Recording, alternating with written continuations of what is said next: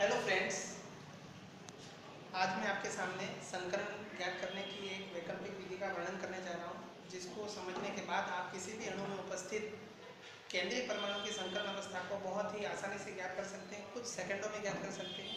ये विधि आपके लिए बहुत ही लाभदायी सिद्ध होगी, ऐसा मेरा विश्वास है।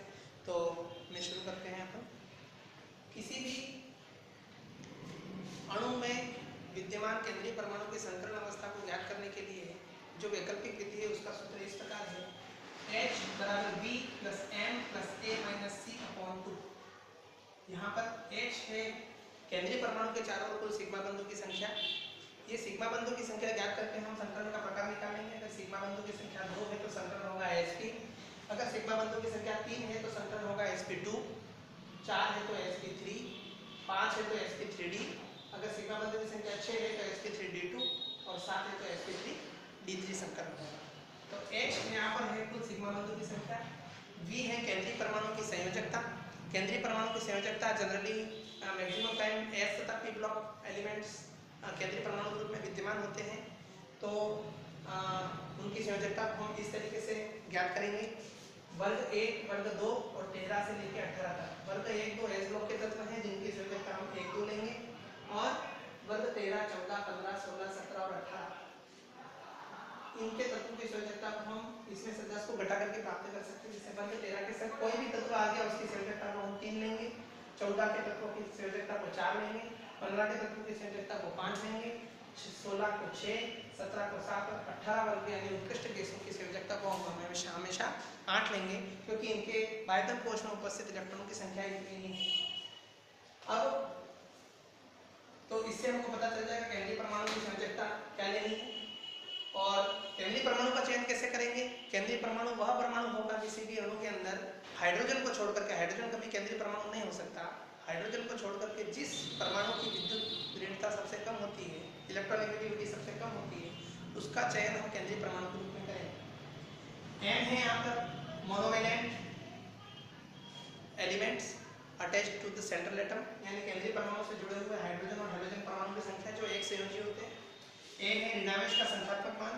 अगर हमारे पास उदासीन परमाणु न होकर के कोई आयन है और ऋणायन है तो उसके ऊपर कितना ऋणावेश है उसका संख्यात्मक मान anion. A means anion, C means cation यानी धनायन पर उपस्थित धनावेश का संख्यात्मक मान। अब हम स्टार्ट करते हैं। करीब 25 एग्जाम्पल मैं आपके सामने पेश करूंगा, देखते हैं कैसा होता है। एग्जाम्पल नंबर 1, माना कि CO2 के अंदर हमको केंद्रीय परमाणु की संकरण अवस्था ज्ञात करनी। सबसे पहले केंद्रीय परमाणु कौन होगा? हाइड्रोजन को छोड़कर के जिसकी विद्युत ऋणता कम तो कार्बन होगा। कार्बन के लिए हम H का मान निकालेंगे। सबसे पहले केंद्रीय परमाणु की संयोजकता C 14 से संबंधित है, इसकी संयोजकता है 4। इससे कोई भी एक संयोजी परमाणु नहीं जुड़ा है, बटा 2 कितना आया? कुल सिग्मा बंधु की संख्या 2 आई, इसका मतलब संकरण है Sp संकरण है। आसान। उदाहरण नंबर 2, BeF2, इसकी विद्युत ऋणता कम है, केंद्रीय परमाणु होगा। इसके लिए हम H का मान निकालेंगे, क्या हो जाएगा? बेरिलियम की कितनी होती है? 2। कितने हेलोजन जुड़े हैं? 2, या तो हाइड्रोजन या हेलोजन, केवल 2 को ही गिनना। 2 + 2 4/2 यानी संकरण होगा Sp। इसी प्रकार से हम लेते हैं BF3 को। BF3 के अंदर सेंट्रल एटम होगा बोरॉन। इसके लिए H का मान निकालेंगे। H का मान होगा बोरॉन का 3 + 3 6/2 3 यानी Sp2 संकरण होगा। यदि हम एग्जांपल नंबर 4 लें, HNO3 के अंदर सेंट्रल एटम होगा आपका नाइट्रोजन, क्योंकि हाइड्रोजन को ले नहीं सकते, ऑक्सीजन से विद्युत ऋणता इसकी कम है। इसके लिए H का मान निकालेंगे। नाइट्रोजन की संयोजकता को लेंगे हम 5 + 1 हाइड्रोजन जुड़ा है 6/2 3 Sp2 संकरण होगा।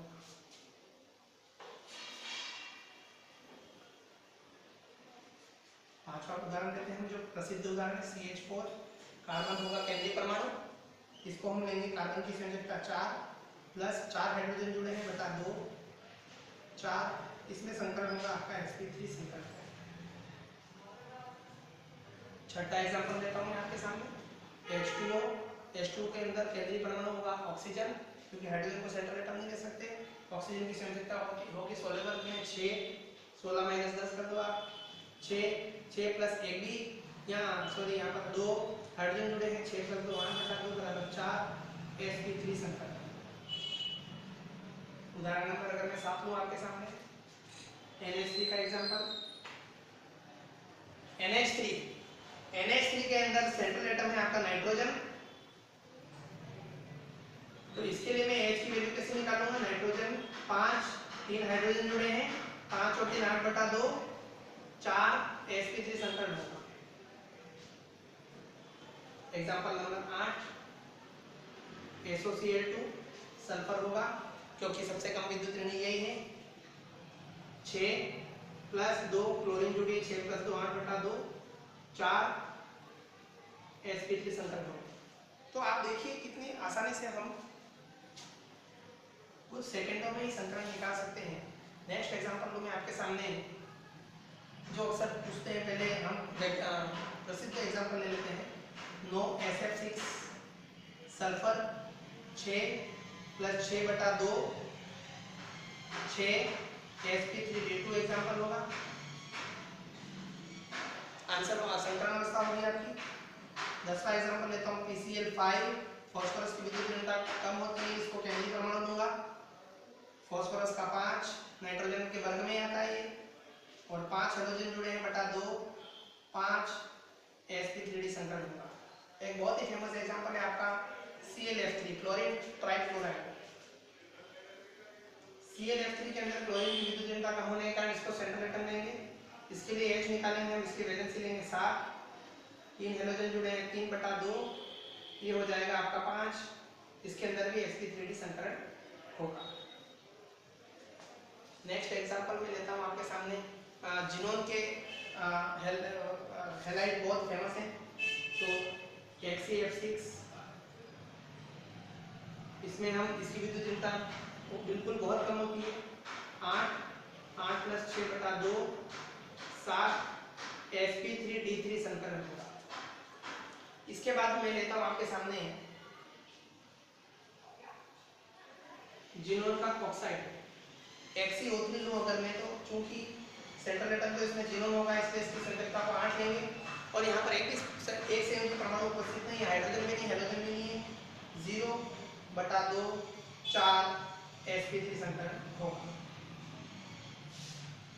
यदि जिनोन का ऑक्सीफ्लोराइड लूं मैं, फॉर एग्जांपल XeO तो इसके अंदर हो जाएगा सेंट्रल एटम जिनोन 8, ऑक्सीजन को नहीं लेंगे केवल हेलोजन को लेंगे, 6 sp3d2 संकरण होगा। ये तो हो गए कुछ उदासीन परमाणु के एग्जांपल जो आप आसानी से निकाल सकते हैं, मैंने आपको सारे एग्जांपल बता दिए। अब मैं आपको कुछ आयंस बताता हूँ, कुछ धनायन और कुछ ऋणायन, उनको हम कैसे सॉल्व करेंगे वो आप देखिए। फॉर एग्जांपल मैं एक ऋणायन लेता हूँ CH3 प्लस मेथिल धनायन, मेथिल कार्बोनियम आयन, तो इसके अंदर सेंट्रल एटम हो जाएगा अपना कार्बन, तो इसका H कैसे निकालेंगे, इसकी संयोजकता 4, इससे 3 XeO परमाणु जुड़े हाइड्रोजन के रूप में, और धनावेश को मैंने आपको बताया था, धनावेश को केटायन को घटाना, तो धनावेश 1 बटा 2 4 होते हैं 7, 7 में से 1 है तो 6 बटा 2 3 sp2 संकरण होगा। इसी में सेकंड एग्जांपल आपका मोस्ट इंपोर्टेंट है I3-, ये I3- में एक आयोडीन को अपन सेंट्रल एटम लेंगे, बाकी 2 आयोडीन जो जुड़ी हुई हैं उसको हम एक संयोजी परमाणु के रूप में जुड़ा हुआ हाइड्रोजन मानेंगे, तो एक सेंट्रल एटम की संयोजकता होगी 7, 2 हाइड्रोजन इसके साथ जुड़े हैं 2, तो ऋणावेश को जोड़ेंगे 7 + 2 9 + 1 10, 10 बटा 2 5 sp3d संकरण। एक और लास्ट एग्जांपल ले लेते हैं हम, ClO4-, इसके अंदर में क्लोरीन की विद्युत ऋणता कम होती है 7, H का मान निकालूंगा 7।